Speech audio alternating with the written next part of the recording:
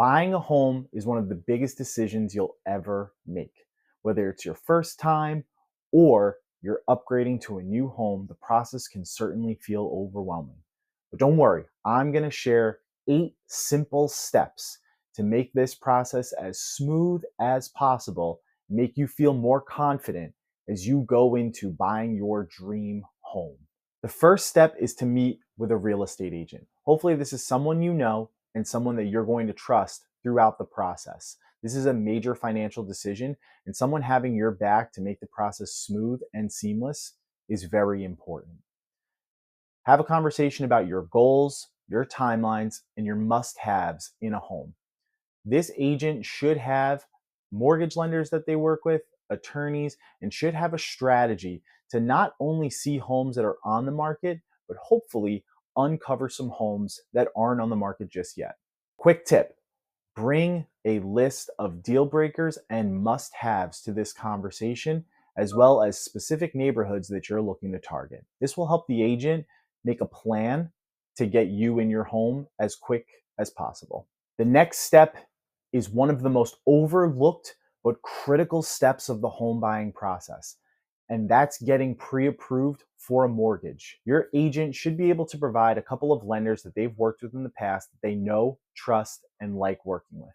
Getting pre-approved will give you a better understanding of your budget, what your monthly payment and interest payments are going to look like over the duration of the loan, as well as start to form a strategy when you do go out into the market.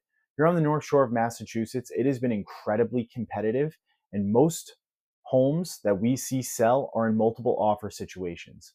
So you need to know what your down payment looks like, what monthly payment you're comfortable with, as well as what your budget could look like. From there, that's when your agent can formulate the best strategy to get the home that you're looking for. If you're a first-time home buyer, here's a quick tip. Make sure you ask lenders what their programs are for first-time home buyers. The lender that you work with is going to be a huge partner throughout the process, so make sure you choose someone you like and trust. Step number 3. This is the fun part. Now we get to go see houses. As an agent, I encourage you to go to as many open houses as you possibly can. I will be there with you every step of the way if you want me to be there with you.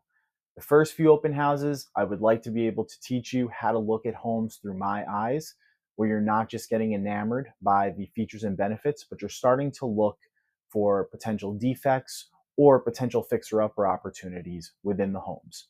Go to as many as you can in the beginning, because you may think you want something or don't want something in a house, but as you start to see more houses and more neighborhoods, your mind might start to change. So I encourage everybody to go out and look at houses, whether it's on the internet or in person. A couple of quick tips here. Ask your agent what their strategy is to help uncover off-market opportunities. Your agent should be doing that for you once you narrow down your exact neighborhoods or the type of home that you're looking for. Another quick tip, you're probably going to be seeing a lot of homes. Feel free to take pictures, take notes. You're going to want to reference those things when you are reviewing them and hopefully putting in an offer. Step number 4, you have found the house. Now it's time to write an offer.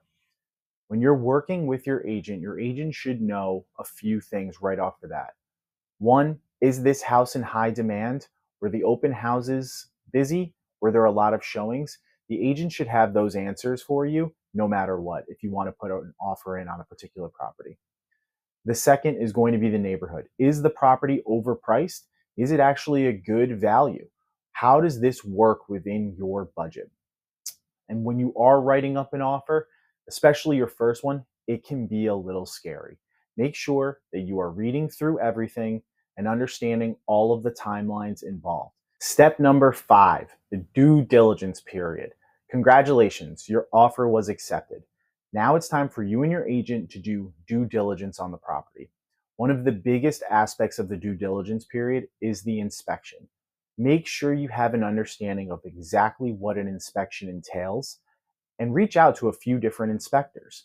Your agent should be able to provide a couple to you, but ultimately this is your choice because this is something you're going to have to pay for. So when you are going through an inspection process, Your agent should prep you the night before on things to expect. Inspectors are looking for everything. Some things are minor and some things are major. It's imperative for you to be present at the inspection so that you could have a better understanding of the minor and major things that come up with a house. No house is perfect, but it's up to you to determine what projects you're willing to take on or not.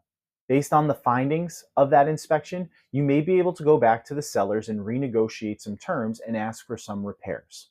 Quick tip, make sure your agent has a plan to uncover if the property is abutting a conservation zone, if the property is in a flood zone, and if there are any outstanding permits on the property. Your agent should be conducting a little bit more due diligence than just the inspection. Step 6, the purchase and sale agreement. This is where it all comes together. Your attorney will draft a purchase and sale agreement for you to review and sign that will include all of the terms and important dates as we get to closing.